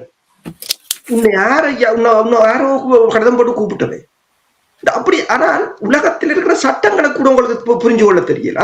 அதெல்லாம் தவறு இல்லை, அது தவறே இல்லை. அது இவ்வளவோ எல்லாத்துக்கும் பயம், எல்லாத்தையும். அதாவது சில ஊடக வியாபாரிகள், இப்ப ஏன் இதை சொல்ல வாரேன் என்று சொன்னால், 25 வருடத்துக்கு முதல் தேசியத்துக்காக ஏன் எல்லோரும் எத்தனையோ நிபுணர்கள் ஒன்றிணைந்திருந்தார்கள் என்று சொன்னால், அவர்கள் உயிரை கொடுக்க தயாராக இருந்தார்கள். அப்போது நிதி உள்ளவன் நிதியை கொடுத்தார், அறிவுள்ளவன் அறிவை கொடுத்தார்கள், பலம் உள்ளவர்கள் உழைப்பை கொடுத்தார்கள். எல்லோரும் தங்களிடம் என்ன இருக்கிறதோ அதை கொடுத்தார்கள். ஆனால் போன பிற்பாடு வியாபாரிகள் எல்லாரும் சேர்ந்து தங்கள் நலனுக்காகவே தவிர அது அங்கு தேசியம் இல்லை. இந்த 2009க்கு பிறகு நீங்கள் தேசியம் என்றெல்லாம் பேசுகிறார்களே தவிர வியாபாரிகள் அந்த தேசியத்தை பயன்படுத்தி உடைக்கிறார். தேசிய தலைவர் ஒன்றை கூறினார், இங்கிருந்து போன ஊடகவியலாளர், நீங்கள் கூறியிருந்தீர்கள். அதாவது தான் இருக்கும் போதே வெளிநாட்டில் இயக்கத்தை விற்பவர்களும் இருக்கிறார். அவர் இல்லை என்று சொன்னால் நீங்கள் யோசிச்சு பாருங்கள் எப்படி என்று சொன்னால். அதுதான் தற்போதைய நிலைக்கான காரணம். இந்த அமைப்பு, இப்ப நீங்க பாருங்கள், இங்கே இருக்கிற அமைப்புகளை கூட மக்கள் ஏன் புறக்கணிக்கிறார்கள்? மக்களுக்கு தெரிகிறது. அவர்கள் யோசிக்கிறார்கள் தாங்கள் மக்களை முட்டாளாக்கலாம். அதில் எத்தனையோ படித்தவர்கள் இருக்கிறார்கள். இப்ப ஈரானை ஏன் முட்டாளாக்க முடியவில்லை சொல்லுங்க பார்ப்போம். அவங்க படித்தவர்களான ஏராளம். நாடாளுமன்றத்தில் நீங்கள் போய் பார்த்தீர்கள் என்றால் கூட அங்கு 80% மாணவர்கள் எம்எஸ்சி ஹோல்டரும் பிஹெச்டி ஹோல்டரும். ஏன் அயத்துல்லா ஹமானி அவரே 3-4 எம்எஸ்சி டிகிரி வச்சிருக்கிறார். அவற்ற மகன் அவரும் அப்படித்தான் எத்தனையோ முது எம்எஸ்சி பட்டங்களை வைத்திருக்கிறார். அப்ப ஒரு கல்வி அறிவுள்ள சமூகத்துடன் மோத முடியாது என்பதை இந்தியால இருக்கிற அமெரிக்கான்ற குழுவும் இப்போது இந்தியால அமெரிக்காவும் அமெரிக்கா கல்வி அறிவில் மேல நிற்கிறது. ஆனா ஆளும் வர்க்கம் யாராக இருக்கிறது? அதுதான் பிரச்சனை. அதுதான் இந்த தோல்விக்கான மிகப்பெரிய ஒரு காரணமாக இருக்கும். 16 ஒரு போர் நடந்து கொண்டிருக்கும் போது 16 ஜெனரல்களை நீங்கள் வீட்டுக்கு அனுப்பினால் உண்மை. நன்றி அரசோர்களே. மாஸ்டர் அரசோர்கள் கூறிய விடயங்களை பார்க்கும் பொழுது பின்னடைவு வருவது இயல்பு மாஸ்டர். எந்த இனத்துக்கும் பின்னடைவு வரலாம். ஆனால் அந்த பின்னடைவில் இருந்து எப்படி நாங்கள் மீண்டெழுந்து உலகத்தின் ஓட்டத்தில் உலகம் என்ன விரும்புகிறதோ அந்த நிலைமைகளை அறிந்து, அரசோர்கள் கல்விமான்களை பற்றி கூறும் பொழுது இனத்திலும் இருக்கிறது, உலகம் பூராவும் இருக்கிறார்கள், நல்ல படித்தவர்கள் அறிவுள்ளவர்கள் இருக்கிறார்கள். ஆனால் பின்னடைவு வந்திருக்கின்ற இந்த நேரத்தில் மீண்டும் கட்டி எழுப்பதற்கு இப்ப இந்த உலகத்தில் நடக்கின்ற விடயங்களை அவதானித்து மேலே வருவதற்கான ஒரு சந்தர்ப்பத்தை இங்கே உருவாக்கி கொடுத்திருக்கின்ற என்று நம்புகிறீர்களா? அப்படி சந்தர்ப்பத்தை ஏற்படுத்தி கொடுத்திருந்தால் என்ன செய்ய வேண்டும் என்று எதிர்பார்க்கிறீர்கள்? வாழ்வில் சந்தர்ப்பங்கள் எப்பொழுதுமே இருக்கின்றது. வாழ்வில் சந்தர்ப்பம் இல்லாத ஒரு நாள் எந்த மனிதனுக்கும் இல்லை.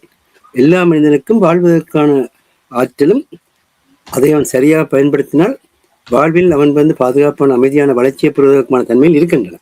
ஆனால் அதை பயன்படுத்தாமல் விடுவதன் காரணமாகத்தான் வறுமையும் அறியாமையும் வருகின்றது. ஆனபடியால்தான் உலகத்தினுடைய மக்களுடைய பொது எதிரியாக வறுமை அறியாமையும் தான் இருக்கின்றது.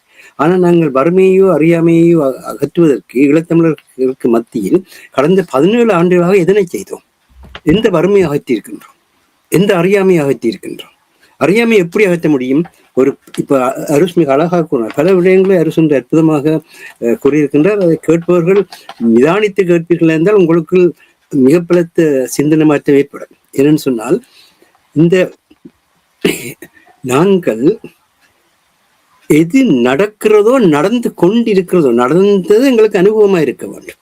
நடந்த நினைத்துக்கொண்டு நடந்ததையே திரும்பி வரும் நீங்கள் எதிர்பார்க்க முடியாது எந்த நேரத்திலும். அது நீங்கள் வெற்றியாக இருந்தாலும் சரி, நீங்கள் பின்னடைவாக இருந்தாலும் சரி, நேற்று நடந்தது என்று வரப்போவதில்லை. அது நேற்று நடந்ததுதான். ஆனால் இன்று நாங்கள் எப்படி வாழ்கின்றோம் என்பதில் தான் நாளை இருக்கின்றது. அதால் தான் சைவ சித்தாந்தம் தெளிவாக சொல்லும், கழிந்த காலம் எங்களுக்கு இருக்கு, இறந்த காலம் இல்லை என்ற. இந்த வாழ்க்கையில் நடக்கிறதெல்லாம் உங்களோட நினைவில் அமையும். அது நினைவில் அமைக்கிறதால அது உங்களுக்கான எண்ணமாகவே இன்றைக்கும் இருக்கும். இன்றைக்கும் நாங்கள் இளவயதில் எங்களோட வகுப்பறையில பக்கத்துல இருந்து பேசினவே பழகினவே எல்லாரையும் நாங்கள் நினைத்து வாழ்கின்ற தன்மையெல்லாம் இருக்கின்றது. ஆகவே இந்த இடத்தில் மிக முக்கியமான விடயம் என்னென்றால், ஒரு மாற்றத்தை கொண்டு வரதாக இருந்தால் அது உண்மையில மாற்றத்தை நோக்காக கொண்டிருக்க. இப்ப தேசிய மக்கள் சக்தி ஒரு மாற்றத்தை கொண்டிருக்கான ஒரு புதிய அரசியல் தளமாக தன்னை வெளிப்படுத்தி தேர்தல் வெற்றி பெற்றது. நல்ல விடயம். இந்த இடத்துல இந்த கொலம்பியா பல்கலைக்கழகத்துடைய பேராசிரியரும் பொது அறிவுஜீவி என உலகம் போற்றுவருமான ஜெக்ரி டிசார்ட், டொனால்ட் ட்ரம்ப் நிர்வாகத்தின் அரசாங்க நோக்கம் ஈரானிய அரசாங்கத்தை தூக்கி எறிவதும் தனக்கு சார்பான ஒரு பொம்மை அரசாங்கத்தை அங்கு நிறுவுவதுமாகும். அதன் மூலம் சீனா மற்றும் ரஷ்யா மீது அழுத்தத்தை அதிகரிப்பதும் அவர்களின் குறிக்கோள் என்றார். இதே தன்மையைத்தான் எங்களுடைய விஷயத்தில் பிராந்திய மேலாண்மைகளும் செய்தன. பிராந்திய மேலாண்மை தனி ஒரு நாட்டை சொல்லவில்லை. எங்களுடைய பிராந்திய மேலாண்மைகளாக இந்தியாவும் இருக்கின்றது, பாகிஸ்தானும் இருக்கின்றது, சீனாவும் இருக்கின்றது. மூன்றுமே எங்களை பிராந்திய மேலாண்மை தான், யாருமே மறக்க முடியாது. அதே நேரத்துல சர்வதேச உறவுகள் தொடர்பான சிந்தனையாளரான ஜான் மியர்ஹைமர் உண்மையான குறிக்கோள் அரசியல் மாற்றத்துக்கு அப்பாற்பட்டது ஈரானை பிளவுபடுத்தி துண்டாடுவதை இந்த யுத்தம் நோக்கமாக கொண்டிருக்கின்றது. இதுதான் அனுரகுமார திசுநாயக்காவுடைய நோக்கம். அனுரகுமார திசுநாயக்காவுடைய நோக்கமும் தமிழர்களுக்கான உண்மையான தீர்வை கொண்டு வருவதில்லை. சிறிய சிறிய சலுகைகளை அளித்து அல்லது ஒரு சிலருக்கு ஒரு மகிழ்ச்சியான வாழ்க்கையை ஏற்படுத்தி அதன் வழியாக சமுதாயத்தை துண்டாடுவது, சமுதாயத்தின் நோக்கத்தை சிதறடிப்பது. இதே நோக்கத்தை தான் பல ஈழத்தமிழருடைய பகமை நாடுகளும் ஈழத்தமிழர்களை கொண்டே செய்து கொண்டிருக்கின்றது. அவர்களுக்குள் ஒரு உற்சாகத்தை கொடுப்பது, நாங்கள் அதை முடிச்சு தருவோம், இப்படி செய்தால் அந்த மாதிரி நடக்கலாம், அப்படி செய்விப்பதன் மூலமாக ஈழத்தமிழர்களுக்குள்ளேயே இந்த சிக்கலை ஏற்படுத்தி விடுவார்கள். அதாவது நாங்கள் எங்களுடைய மாற்றத்துக்கு எல்லாரும் ஒன்று சேர்ந்து உழைப்பதற்கு பதிலாக நாங்கள் என்ன செய்கின்றோம், எங்களையே நாங்கள் துண்டாடுகின்ற தன்மைக்குள் வருகின்றோம். பல்குழுவை அமைக்கின்றோம், பால்சை முற்பகையை வரவேற்கின்றோம், வேந்தலைக்கும் கொள்கிரும்பை நடைமுறையாக்குகின்றோம். இது வள்ளுவரும் சொன்னது. பல்குழுவும் பால்சை முற்பகையும் வேந்தலைக்கும் கொள்குறும்பும் இல்லது நாடு. நாட்டுக்கு சொல்லப்பட்ட விஷயங்கள் எல்ல சொல்லப்படவில்லை. அது நாடு எப்படி இருக்க பித்தன் பேசினார்கள். எங்களுக்கு எவ்வளவு தூரத்துக்கு பல்குழுக்களை உருவாக்குறோமோ அவ்வளவு தூரத்துக்கு அந்த நாடு அழியும். அவ்வளவு தூரத்துக்கு உட்பகை வளர்ந்து கொண்டே வரும். அவ்வளவு தூரத்துக்கு அதனுடைய விளைவாக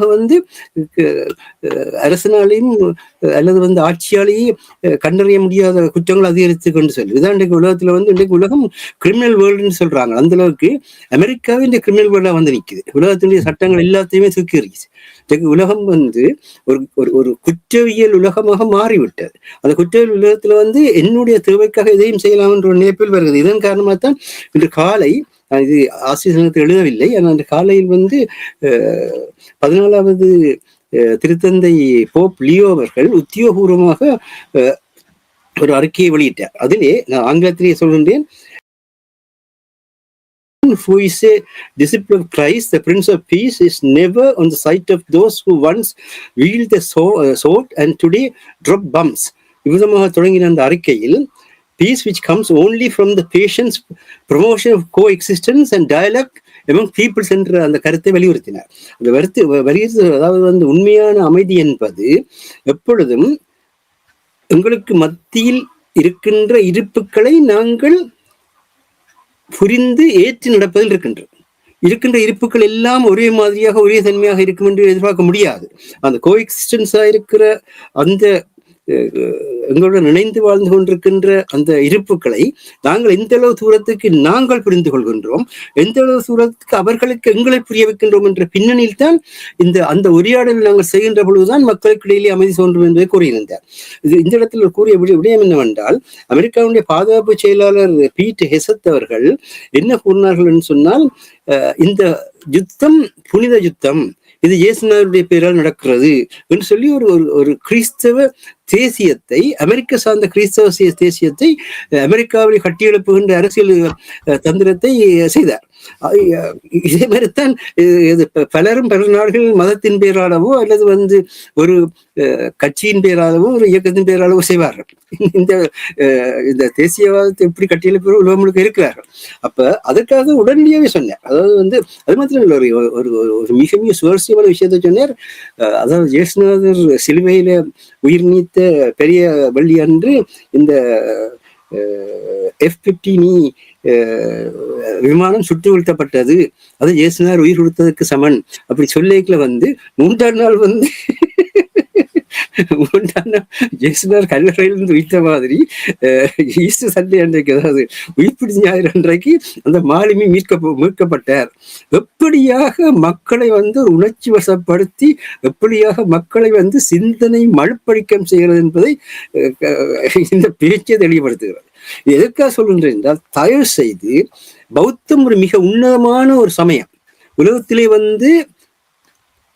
துன்பத்தை நீக்கி மனிதன் அமைதியாக வாழ்வதற்கான சிந்தனையை தொகுத்தளித்த மிகப்பெரிய சிந்தனையாளர் புத்தருடைய பின்னணியில் தான் இந்த லிபரலிசமே தோற்றம் பெற்றது. இந்த தாராண்மைவாதத்தினுடைய வித்து பௌத்தம், அதை யாருமே மறக்க முடியாது. அதாவது எவருடைய வாழ்க்கையிலும் நாங்கள் குறுக்கிட செய்யாமல் அவர்களுடைய மகிழ்ச்சியை அதிகரித்து கொண்டு செல்ல வேண்டும் என்பது தாராண்மைவாதம். பௌத்தம் சொன்னது எவருடைய சுக்கத்தையும் நாங்கள் தவிர்ப்பதாக இருந்தால் அந்த சுக்கத்திலிருந்து அவர்களை விலத்த வேண்டும் என்று சொல்லும். இந்த பின்னணியில் தான் அதனால்தான் காலனித்துவ காலத்தில் இங்கு லிபரலிசம், கிளாசிக்கல் லிபரலிசம், அதாவது செம்மை தாராண்மைவாதம் உச்சகட்டமாக பெருந்தவர்களுடைய செம்மை தாராண்மைவாதம் இருந்த பொழுது பௌத்தத்தை நாங்கள் முழுமைப்படுத்தினால் பிரித்தானிய காலனித்துவத்தை உலகெங்கும் முன்னணிக்கு கொண்டு வரலாம்னு சொல்லி, அது இந்தியா ஒரு இந்து நாடாக இருந்த சூழலில் இலங்கையில் பௌத்தத்தை முன்னிலைப்படுத்தி இந்த பௌத்தர்களுடைய கையிலே எங்களுடைய ஆட்சியை கொண்டே கொடுத்தார்கள் என்பதெல்லாம் வரலாறு. எதற்காக சொல்கின்றேன் என்றால், இன்று மகாசங்கத்தில் இருக்கின்ற படித்தவர்கள், இன்று மகாசங்கத்தில் இருக்கின்ற சிந்திக்கக்கூடியவர்கள், தயவு செய்து நீங்கள் உங்களுடைய மகாசங்கம் செய்கின்ற பிள்ளையை சுட்டி காட்டாவிட்டால், இன்றைக்கு யார் பீட் ஹெசத்தும் வேன்ஸும் எவ்விதமாக ட்ரம்பை தடுமாற வைத்துக் கொண்டிருக்கின்றார்களோ அதே வேலையை நீங்கள் செய்து கொண்டிருக்கின்றீர்கள். ஆனபடினால் நீங்கள் உண்மையை சொல்ல வேண்டிய ஒரு காலம் வந்திருக்கிறது. நீங்கள் உண்மையை சொல்ல போகின்ற பொழுதுதான் இந்த பௌத்த சிங்கள பேரினவாதம் என்பது ஒடுங்கி அது பௌத்தத்துக்குரிய தன்மையையும் சிங்கள மக்கள் தங்களுடைய பண்பாடு தன்மையையும் வெளிப்படுத்துகின்ற ஒரு காலமாக மாற்ற முடியும். அது உங்களால் தான் நீங்க செய்ய வேண்டிய வேலை. இந்த தன்மையில் தான் பௌத்தம் தமிழில் இருந்து தமிழர்கள் கூடத்தான் இலங்கையில் வந்தது என்ற உண்மையை நீங்கள் மறக்கக்கூடாது. அது மட்டும் இல்ல, நேற்றைய கூட வேறொரு ஆய்வில் ஈடுபட்டு கொண்டிருக்கின்ற பொழுது அன்றாயபுரத்தில் தமிழ் கல்வெட்டுகள் இருந்ததையும் அந்த தமிழ் கல்வெட்டுகள் அந்த பகுதியிலே எழுதப்பட்ட பொழுது மிக இலக்கிய தமிழில் சங்ககால பிற்பகுதியில் எழுதப்பட்டிருக்கின்ற பொழுது சங்ககால பிற்பகுதியிலேயே அன்றாபுரத்தில் எவ்வளவு தூரத்துக்கு தமிழ் மொழி வளர்ச்சியடைந்திருந்ததை காட்டுகிறது. அதே மாதிரி கேகால மாவட்டத்தில் கண்டுபிடிக்கப்பட்ட ஒரு கல்வெட்டிலேயே அந்த இடத்திலே யாழ்ப்பாண அரசனுடைய பிரதிநிதி ஒருவர் அந்த மண்ணை ஆட்சி செய்ய என்ற உண்மை வெளிப்படுத்தப்படுகின்றது கல்வெட்டிலே, சிங்கள கல்வெட்டுகள். இப்ப உங்களுடைய இலக்கியத்துல கூட எங்களுக்குள் இந்த பாட்பணிய தன்மை எங்களுடைய வரலாறுகள் அளிக்கப்பட்ட ஒரு பின்னணியில் பல உண்மைகள் சிங்கள இலக்கியத்துக்கூடாகவும் சிங்கள மொழிக்கூடாகவும் பெற வேண்டிய தேவையோடு இருக்கின்றது. என்றால் சிங்கள மொழிக்கு மேல் பௌத்தத்தினுடைய மாற்றம் ஏற்பட்டதே தவிர அந்த சிங்கள இலக்கியங்களை அவர்கள் அளிக்கவில்லை. ஆனால் எங்களுக்குள் எங்களுடைய தொன்மையின் தொடர்ச்சியும் அளிக்கப்பட்டு விட்டது. இந்த ஒரு சூழல் இது எதற்காக சொல்கின்றேன் என்றால், இன்றைக்கு பேசப்படுகின்ற ஸ்டேட் விதின் த ஸ்டேட் என்பது நாட்டுக்குள் எந்த இடத்தில் எந்த மக்கள் அதிக அளவில் வாழ்கின்றார்களோ அந்த மக்களுடைய வாழ்வை உறுதி செய்வதன் மூலம் அந்த மக்களுக்கான தன்னாட்சியை ஏற்படுத்துவது அரசு அப்படியே இருக்கத்தக்க. அதான் இன்றைக்கு இங்க ஸ்டேட் இந்த ஸ்டேட் நிலையெல்லாம் இங்க பிரித்தானிய பாராளுமன்றம் வெஸ்ட்மினிஸ்டர் பாராளுமன்றமாக இருந்தாலும் அது வெஸ்ட்மினிஸ்டர் பாராளுமன்றத்துக்குள் யார் ஸ்காட்டிஷ் பாராளுமன்றமும் வேல்ஸ் பாராளுமன்றமும் வட அயர்லாந்து பாராளுமன்றம் செயற்படுன்னு சொன்னால் ஸ்காட்டிஷ் மக்களுடைய பிரதேசத்தில் ஸ்காட்டிஷ் மக்கள் தங்களுக்கான சட்டங்களை இயற்றி தங்களுக்கான வாழ்க்கையை கொண்டு செல்லலாம். வேல்ஸிலும் அப்படி, வட அயர்லாந்திலும் அப்படி. அதே மாதிரியாக இந்த ஸ்டேட் வித் இந்த ஸ்டேட் என்ற இந்த தன்மை எங்களோட முன்னோர்கள் காலத்தில் தமிழர்களுக்கு இருந்திருக்கிறது. தமிழர்களுக்கு சங்க இலக்கிய காலத்திலேயே இந்த ஸ்டேட் இருந்ததுக்கு நிறைய உதாரணங்கள் வருகிறது. அதுக்கப்புறம் சோழத்த காலத்திலும் கூட இந்த குட வாக்கெடுப்புன்னு சொல்லி ஒரு குடத்துக்குள்ள சிங்கள மக்கள் தமிழர்களுடைய தேசியத்திலிருந்து முற்றிலும் வேறுபட்டிருந்த அளவிலே அவர்கள் யாரை தங்களை ஆள்வதற்கான பிரதிநிதிகளாக தெரிவு செய்ய வேண்டும் என்று எழுதி அதுக்குள் போட சொல்லி அதன் வழியாக நியமித்த வரலாற்றை பார்க்கின்றோம். இதுக்கு முதலாக இந்த அறவழி போராட்டத்தை தோற்றுவிச்சோ திருநாக்கர சுவாமின்னு சொல்லி இப்படி வரலாறு இல்லாமல் சொல்கின்றது. பாடாளிபுரத்திலே பல்லவ அரசர்களால் தாக்கப்பட்ட சிவலிங்கத்தை வெளியே எடுத்து தான் வழிபடுவதற்கு அனுமதித்தால் ஒழிய அந்த இடத்தை விட்டு போகமாட்டேன்னு சொல்லி அந்த இடத்திலேயே சத்தியாகிரகத்தை தொடங்கின திருநாக்கர சுவாமி. அது வழியாக வந்ததனால் தான் வள்ளியம்மை அதை வெளிப்படுத்திய பொழுது காந்தி அதை ஏற்றுக்கொண்டார் என்ற வரலாறு எல்லாம் இருக்கின்றது. இவற்றெல்லாம் எதுக்காக சொல்கின்றோம் என்றால் எங்களுடைய மக்களுக்கிடையிலே, சாதாரண குடிமக்களுக்கு இடையிலே, விவசாயிகளுக்கு இடையில், மீனவர்களுக்கு, தொழிலாளர்களுக்கு இடையில் எங்களுடைய வரலாறு இருக்கின்றது, எங்களுடைய பண்பாடு இருக்கின்றது, எங்களுடைய வளர்ச்சி இருக்கின்றது. அவர்களை இணையுங்கள், அவர்களுடன் பேசுங்கள். எவ்விதமாக நாடு இருந்தது என்று அந்த மண்ணில் வாழ்ந்து கொண்டிருப்போம் தான் சொல்ல முடியும். எவ்விதமாக இன்றைக்கு நாடு இருக்கின்ற என்னால் சொல்ல முடியாது. என்ன, நான் நாட்டை விட்டு வெளிக்கிட்டு 85ஆம் ஆண்டு வெளிக்கிட்டு வருவேன். 85ஆம் ஆண்டில் இருந்து வெளிக்கிட்டு வருவதால் இன்று நாங்கள் கண்டதை கண்டது, கேட்டதை கேட்ட நிலையத்தான் எங்களை சொல்ல முடியும். ஆனால் அந்த மண்ணிலே வாழ்ந்து கொண்டிருக்க மக்களுடன் போய் தொடர்பு கொள்ளுங்கள். அந்த மக்களில் இருந்து அவர்களுடைய தன்னாட்சியை வெளிப்படுத்துங்கள். அந்த மக்களில் இருந்து அவருடைய இளமையை வெளிப்படுத்துங்கள். அந்த மக்களில் இருந்து அவர்களுக்கான பாதுகாப்பை பெற்றுக் கொண்டுதான் நாங்கள் வலியுறுத்தி கூற வேண்டி இருக்கின்றோம். நன்றி மாஸ்டர். அரசர்கள் சமகால நிலைமை இந்த உலக பரப்பில் ஏற்பட்டிருக்கின்றது. ஈழத்தமிழர்களை பொறுத்த மட்டும் உங்களுக்கு தெரியும், அங்கே தாயகத்தில் இலங்கை தீவில் பொருளாதார நெருக்கடிகள் ஏற்பட்டிருக்கின்ற நேரத்தில் நிறைய மக்கள் சரியான இன்னல்களுக்கு முகம் கொடுக்க வேண்டிய நிலைமை ஏற்பட்டிருக்கின்றது. இதே நேரத்தில் நாங்கள் அரசியல் தீர்வு தொடர்பாக, ஈழத்தமிழர்களுடைய தீர்வு தொடர்பாக நாங்கள் அதை ஒரு பக்கத்தில் தள்ளிவிட முடியாது. அவ்வாறு நீங்கள் இதை கையாளலாம் என்று சுருக்கமாக கூறினீர்கள் என்றால் நாங்கள் நிகழ்ச்சி ஒன்றை கொண்டிருக்கிறோம். இந்த அமைப்புகள் தங்களை விமர்சிப்பதாக கூறுபவர்கள் தங்களால் இயலுமான சில காரியங்கள் கூட இருக்கின்றது. இன்றைக்கு ஆசியா அபிவிருத்தி வங்கி கூறியிருக்கின்றது, இலங்கையின் பொருளாதாரம் 5% 4% குறைவடையும் இந்த வருடம். போன வருடம் 5% இருந்ததுல இருந்து இந்த வருடம் 4% குறைவடையும். ஏனென்று சொன்னால் மத்திய கிழக்கு பிரச்சனை மற்றும் உலகத்தில் இருக்கின்ற பொருளாதார நெருக்கடிகள். அதே சமயம் நீங்கள் பார்த்தீர்கள் என்று சொன்னால் இலங்கையில கிட்டத்தட்ட ஒரு வருடத்திற்கு 5000 மில்லிமீட்டர் மழை வீழ்ச்சி இருந்தாலும் அந்த மழை வீழ்ச்சியை நீரை சேமித்து வைக்க முடியாத இப்போது கடும் வறட்சி. 40% உணவுப் பொருட்களை இலங்கை இறக்குமதி செய்கிறது. அதே நேரம் சவுதி அரேபியா உணவுப் பொருட்களை உற்பத்தி செய்கிறதை அதிகரித்துக் கொண்டிருக்கிறது. பாலைவனமாக இருந்தது. உங்களிடம் மழை வளம் இருந்தும் சேகரிக்க முடியவில்லை. எண்ணெய் தாங்கிகள் இருக்கு, எண்ணெயை சேகரிக்க வழி இல்லை. குளங்கள் இருக்கு, நீரை சேகரிக்க வழி இல்லை. ஆனால் அந்த அரசியல்வாதிகளும் என்ன செய்கிறார்கள்? ஆனால் இங்க இருக்கிற அமைப்புகள் என்ன, ஏதோ உதவி, அதாவது அங்க இருக்கிற ஒரு குளத்தை கட்டுவது முக்கியமா அல்லது 10 பேருக்கு அரிசி கொடுக்கறது முக்கியமா? அரிசி முடிஞ்சு போ, நீ குளத்தை கட்டுறீங்கன்னா அது எத்தனையோ வருஷத்துக்கு உனக்கு நெல்லையும் சோறையும் போடும். அந்த திட்டம் கூட இல்லை. சரி, இவர்கள் இந்த அமைப்பு, ஏன் நான் இதை கூற வருகிறேன்டா, இந்த ஒவ்வொரு வெளிநாட்டு அமைப்புகள் இருக்கிற நாடுகள் இருக்கின்றன. அந்த நாடுகளுடனான ஒரு உறவை ஏற்படுத்தி அந்த ஒரு அபிவிருத்தி திட்டத்தை மேற்கொள்ளலாமே. அந்த நாடுகள் தமிழற்ற பணம் பத்தாது, அது மற்ற தமிழர் ஒற்றுமையா கொடுக்க மாட்டார்கள். அவர்கள் தாங்கள் ஆடும் மாடும் அரிசியும் பருப்பும் வாங்கத்தான் யோசிப்பார்கள். அவர்கள் அங்க இருக்கிற அரசியல் கட்சிகளுக்கே கொடுக்க மாட்டார்கள். அதை விடுங்க.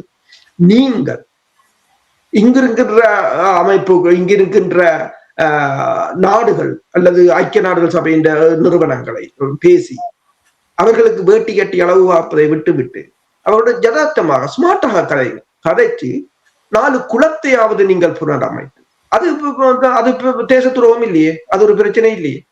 அந்த மக்களுக்கான வாழ்வியலையாவது, எத்தனையோ பணிகள் ஒன்றையும் ஒன்றும் உங்களால் முடியாது, இயலாது.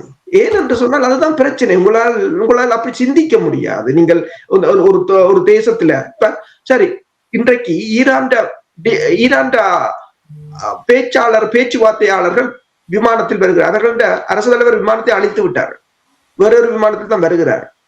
வரும்போது அந்த ஃப்ரீயா 5 பேர் 6 பேர் தான் வருவார்கள், ஒரு 10 பேர் வரலாம். ஒரு பெரிய விமானம் 100-150 சீட் இருக்கு.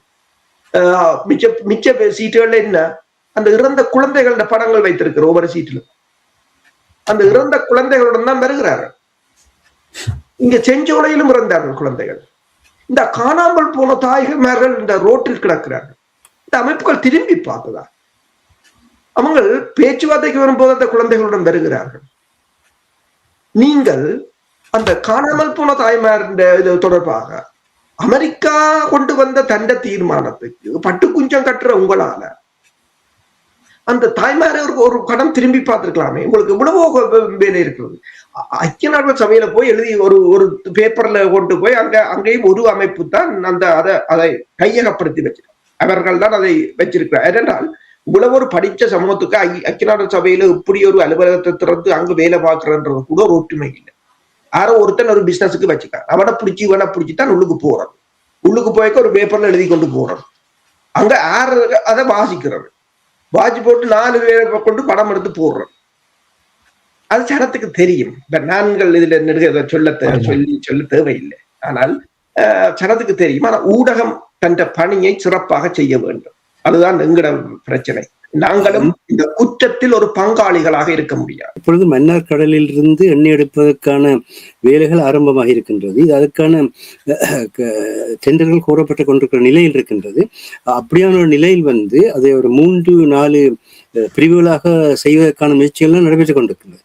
நாங்கள் அதை பற்றி எந்தவித அக்கறையும் இல்லாமல் இருக்கின்றோம். எங்களுடைய மண்ணினுடைய வளம், அந்த வளத்தை கட்டுப்படுத்தி அதற்கான பொருளாதார பலத்தை எங்களுடைய மண்ணுக்கு வழங்க வேண்டிய தேவை இருக்கின்றது. ஆனால் அது ஸ்ரீலங்கா அரசாங்கத்துடைய பிரச்சினை என்ற நிலையிலே அதை தள்ளி வைத்துவிட்டு அவர்கள் மற்ற நாடுகளை அதற்குள் கொண்டு வந்து அவர்களுடைய மூலதனங்களை அங்கு கொண்டு வந்து அவர்களுடைய பகுதியாக அதை மாற்றியதற்கு பிறகு நாங்கள் அப்படி செய்தாங்க இப்படி செய்தாங்க கத்தி கொண்டிருக்க போறோம். இதான் அவர் சொன்ன விஷயம். அதாவது எங்க என்ன நடக்கிறது என்பதை பார்த்து நடைமுறையில் முதலில் அந்த சர்வைவல் மெக்கானிசம் என்று சொல்வார்கள், வாழ்வதற்கான அந்த பொறுமுறையை வெளிப்படுத்த வேண்டும். வாழ்வதற்கான பொறுமுறையை வெளிப்படுத்தி கொண்டுதான் எல்லாருக்கும் தெரியும் அந்த மண் எங்களுக்கு சொந்த மண்ணாக இன்றைக்கு ஒரு நாள் வரும் என்பது எல்லாருக்கும் தெரியும். அந்த மண் எங்களுக்கு சொந்த மண்ணாக வருவது எப்போ என்றால் அந்த மண்ணில் இருந்து கொண்டு நாங்கள் தன்னாட்சி உரிமையை பயன்படுத்தும் நிலை வந்தால் வரும். அவ்வளவுதான். சரியா? அதை ஒரு மிகப்பெரிய இலக்காக வைத்துக் கொண்டு செயற்படாமல் அதை இரத்தத்தாலும் உயிராலும் மாவீரர்கள் உறுதிப்படுத்தினார் என்பதெல்லாம் வரலாற்று உண்மை. இனி அந்த வரலாற்றை யாராலும் அழிக்க முடியாது. அதாவது தொடர்ந்து கொண்டே இருக்கும். எத்தனை சந்ததிக்கும் தொடரும். இன்றைக்கு ஈரான் 700 வருஷ வரலாற்றை கொண்ட ஒரு நாடு. ஆனால் அமெரிக்கா 200 வருஷ வரலாற்றை கொண்ட நாடு. இதெல்லாம் மறக்கக்கூடாது. அப்படின்னால்தான் எதுக்காக சொல்லுகின்றோம் என்றால் இந்த இப்படியான இப்ப மாங்குளத்துல பரந்தன்ல காங்கிரஸ் துறையில பொருளாதார முயற்சி நடக்க போகுது. மன்னார்ல பொருளாதார முயற்சி தொடங்கிவிட்டது. மட்டக்களப்புல கால்நடை பொருளாதாரம், விவசாய பொருளாதாரம் சம்பந்தமான விஷயங்கள் போய்கொண்டிருக்கிறது. திருவண்ணாமலையில சர்வதேச வர்த்தகம் சர்வான செயற்பாடுகள் நடந்து கொண்டிருக்கிறது. இவற்றிலெல்லாம் எங்களை மக்களை பங்கெடுக்க வைக்காமல், நாங்கள் பங்கெடுக்காமல் அந்த வளத்தை எல்லாத்தையும் இழந்த பிறகு நாங்கள் இன்னொருவனுக்கு சொந்தமாக அது குத்தகைக்கு எழுதப்பட்ட பிறகு அவனுடையதாக மாறியதற்கு பின்னர் நாங்கள் 2 நாட்டை இழந்துட்டோம் என்று கதறப்போகிறோம். இதைத்தான் இந்த இலக்கின் வழியாக நாங்கள் வச்சிருக்க வேண்டியிருக்கின்றது. நன்றி மாஸ்டர். மிகவும் சிறப்பாக இருவரும் உங்களுடைய கருத்துக்களை பதிவு செய்வதற்காக நன்றி. யாருடைய மனதையும் புண்படுத்துவதற்காக நாங்கள் இந்த விடயங்களை பேசுவதில்லை. எங்களுடைய இனம் விடுதலை பெற வேண்டும். இழப்புகள், தியாகங்கள் கொஞ்சம் நெஞ்சம் இல்லை. இப்ப அரசு கூறியது போல் ஈரானில் இந்த குழந்தைகளை கொன்றது போல் எவ்வளவு குழந்தைகளை, ஈழத்தமிழர்களுடைய குழந்தைகளை கொன்று குவித்தார்கள். இவையெல்லாம் வீண் போகக்கூடாது. நீங்கள் மனசுத்தியோடு இதயசித்தியோடு செயல்படுங்கள். முடியவில்லை என்றால் வெளிப்படையாக சொல்வதில் எந்த ஒரு குறையும் இல்லை. மற்றவர்கள் அதை எடுத்து ஏதாவது ஒரு வழியை பார்க்கக்கூடிய நிலைமையை ஏற்படுத்தலாம். இது உங்களுடைய அரசு கூறிய எனக்கு பிடித்திருக்கு. அதாவது உங்களுடைய சொந்த வீட்டு பிரச்சனை இல்லை, இது ஈழத்தமிழர்களுடைய பிரச்சனை. எனவே நீங்கள் அதை மக்களுக்கு, நான் அடிக்கடி இங்கே இந்த வானொலியில் கூறுவது ஒன்று, தளம் எப்பொழுதுமே திறந்திருக்கும். உங்களுடைய செயல்பாடுகளை என்ன செய்திருக்கிறீர்கள், என்ன சாதித்திருக்கிறீர்கள், என்ன செய்ய போகிறீர்கள் என்ற விடயங்களை வந்து கூறுங்கள். மக்கள் கேட்கின்ற கேள்விகளுக்கு பதில் கூறுங்கள். அதுக்காக நான் அடிக்கடி இங்கே கூறுவது இதைத்தான் என்னால் கூற முடியும். இன்னொரு விஷயம் முடிக்க, இப்ப தமிழகத்துல தேர்தல் களம் உச்சகட்டமாக இருக்கிறது. ஆனால் தமிழகத்திலேயே பிறந்து வளர்ந்த ஈழத்தமிழ் இளைஞர்களுக்கு, பெண்களுக்கு அவர்கள் வந்து மருத்துவத்துறையிலேயோ அல்லது சட்டத்துறையிலேயோ அவர்கள் பல்கலைக்கழக அனுமதி மறுக்கப்பட்டு வருகிறது. அதை பற்றி யாராவது அக்கறை எடுக்கிறார்கள்? வெற்றியெல்லாம் கவனத்தில் எடுங்கள். நன்றி, வணக்கம். நன்றி. இன்றைய இலக்கின் சிந்தனை நிகழ்ச்சியில் இணைந்து கலந்து சிறப்பித்த பொறியியல் ஆய்வாளர் அரசு அவர்களுக்கும் தமிழ் அறிஞர் மூத்த ஆய்வாளர் ஃபட்டிமார் மாஸ்டர் அவர்களுக்கும் நன்றி கூறி தனாஞானி இந்த நிகழ்ச்சியை நிறைவு கொண்டு வருகின்றேன். நன்றி, வணக்கம் மாஸ்டர் அவர்களே. நன்றி, வணக்கம் அரசு அவர்களே. நன்றி, வணக்கம். எமது பார்வையாளர்களுக்கு வணக்கம். மக்களின் குரலாய் ஓங்கி ஒலிக்கும் இலக்கு மின்னிதழ் மற்றும் உயிரோடை தமிழ் வானொலி ஆகிய இவ்விரு ஊடகங்களும் உங்களைப் போன்ற எமது நேயர்கள், நண்பர்களின் ஆதரவிலேயே இயங்கி வருகின்றன.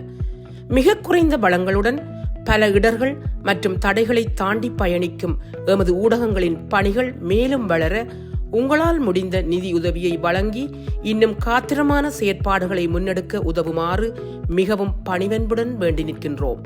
உங்கள் பங்களிப்பு உங்களின் உரிமை குரலாய் ஓங்கி ஒலிக்கும். நன்றி.